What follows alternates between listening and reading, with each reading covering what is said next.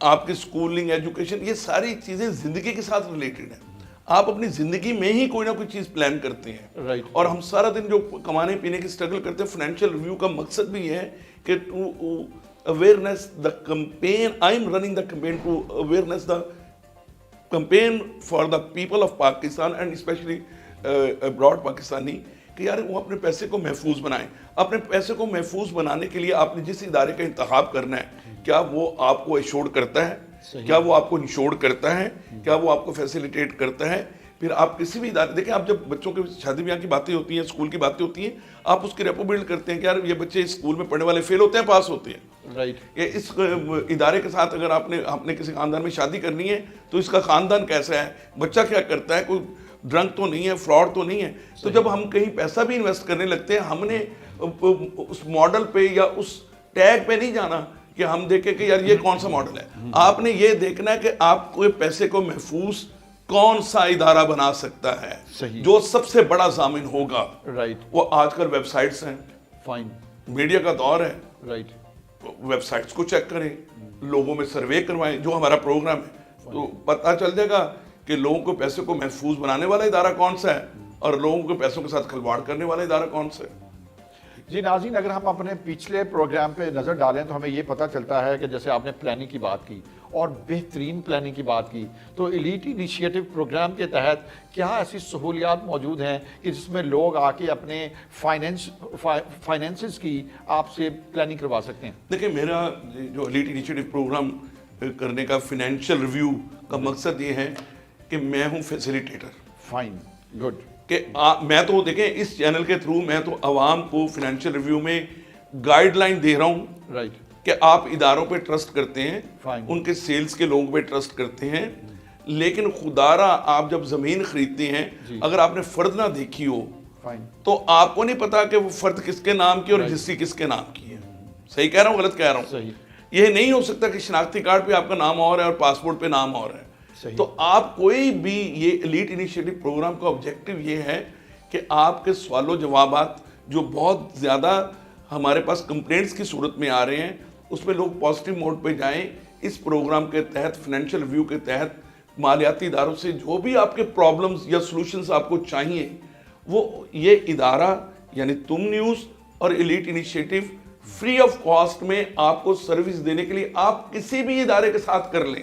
میں چاہے میں کسی ادارے کے ساتھ میرا تعلق ہے, لیکن میں کبھی اس ادارے کا نام نہیں لوں گا یہاں بیٹھ کے. میں بات یہ کروں گا کہ جہاں پہ عوام فیل کرے. میں اپنی 24 سالوں کی جو سروس ہے, جو پاکستان میں CIE بناؤں, تو قوم کی خدمت کرنا, تم نیوز کے تھرو, اپنے ایلیٹ انیشیٹو کے تھرو آپ پلان لینا چاہتے ہیں, آپ انویسٹمنٹ کرنا چاہتے ہیں, آپ کارڈ لینا چاہتے ہیں, آپ ایلیٹ انیشیٹو کو انوالو کریں, کنسلٹنسی فری میں لیں. اور جہاں پہ آپ کنسلٹنسی فری میں لیں گے, میں کم از کم آپ کا کسٹوڈین اس طرح بن سکتا ہوں کہ آپ کو گائیڈ لائن دے کے آپ کے مزید پروٹیکشن لگا سکتا ہوں اس پہ کہ یار یہ ادارہ یہ بھی ٹھیک ہے, اس کا یہ پلان زیادہ سوٹ کر رہا ہے آپ کو, اس ادارے کے ساتھ آپ نے انویسٹمنٹ کرنی ہے تو یہ کرنی ہے. میری کنسلٹنسی ہے جو فری میں ہے اس چینل کے تھرو. ناظرین, یہ بہت اچھی بات تھی. بھٹی صاحب نے ہمیں بتایا کہ اگر آپ فائنینس کرنا چاہتے ہیں کسی بھی ادارے کے ساتھ, ان کا کوئی کسی طرح کا کوئی قدغن نہیں ہے کہ آپ اس ادارے میں جائیں یا اس ادارے میں نہ جائیں. آپ نے سروس کی بات کی, آپ نے کوالٹی کی بات کی, آپ نے کمپلائنس کی بات کی, اور اپنے سرمایہ کی آپ سیفٹی اور سیکیورٹی میجر کرتے ہیں, دیکھتے ہیں.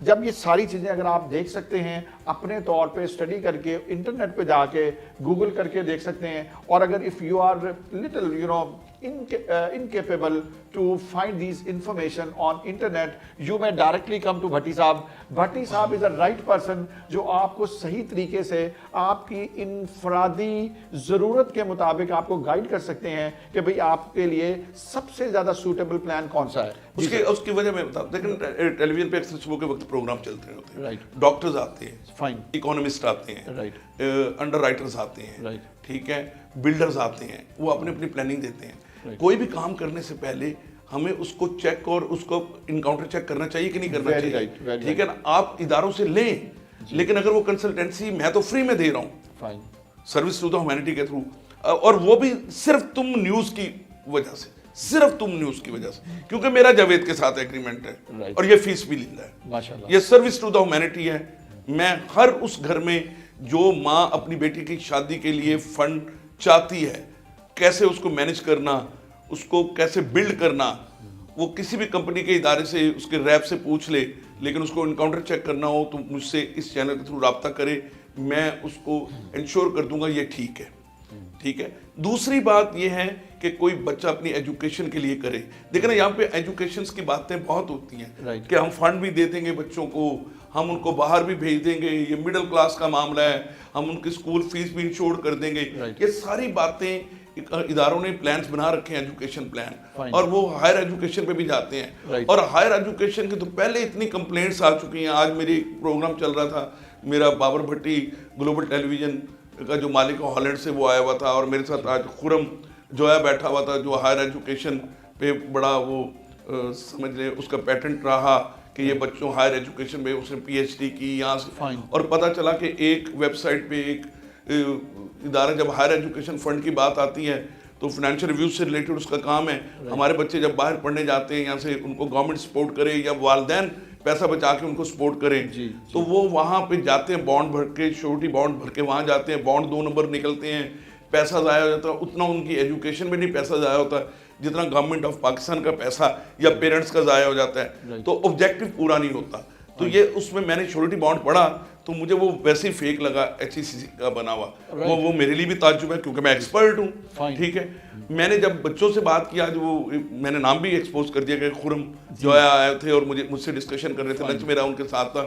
وہ بابر بھٹی صاحب گلوبل ٹیلی ویژن کے مالک میرے ساتھ بیٹھے ہوئے تھے, وہ پروگرام بھی کر چکے ہیں اس پہ. تو یہ بھی ایک کیس ہے. اس میں میرا خیال میرا اور ایک پورا پروگرام آپ کو بنتا ہے, فائنینشیل سروسز کے انڈر آتا ہے یہ سبجیکٹ نا, اس میں ہم پورا پروگرام کریں گے. یہ بڑا خطرناک کام ہے کہ پیسے کو پاکستان میں بھی کیسے محفوظ بنانا ہے اور باہر جانے کے لیے بھی کیسے محفوظ بنانا ہے. میں لوگوں کے پیسوں کا اللہ کے بعد پروٹیکٹر بننے کی کوشش کر رہا ہوں.